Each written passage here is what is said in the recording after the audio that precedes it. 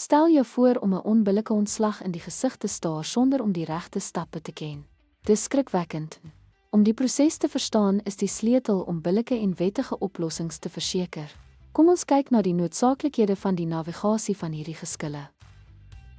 Wanneer 'n onbillike ontslag hanteer word, word die volgende stappe geneem: verwysing na die KVPA binne 30 dae met behulp van 'n voltooide LRA vorm 7.11, aflewering van kennisgewing aan die ander party, versoeningsvergadering, indien onopgelos, aansoek om arbitrasie vorm 7.13 of verwysing na die arbeidshof waar toepaslik.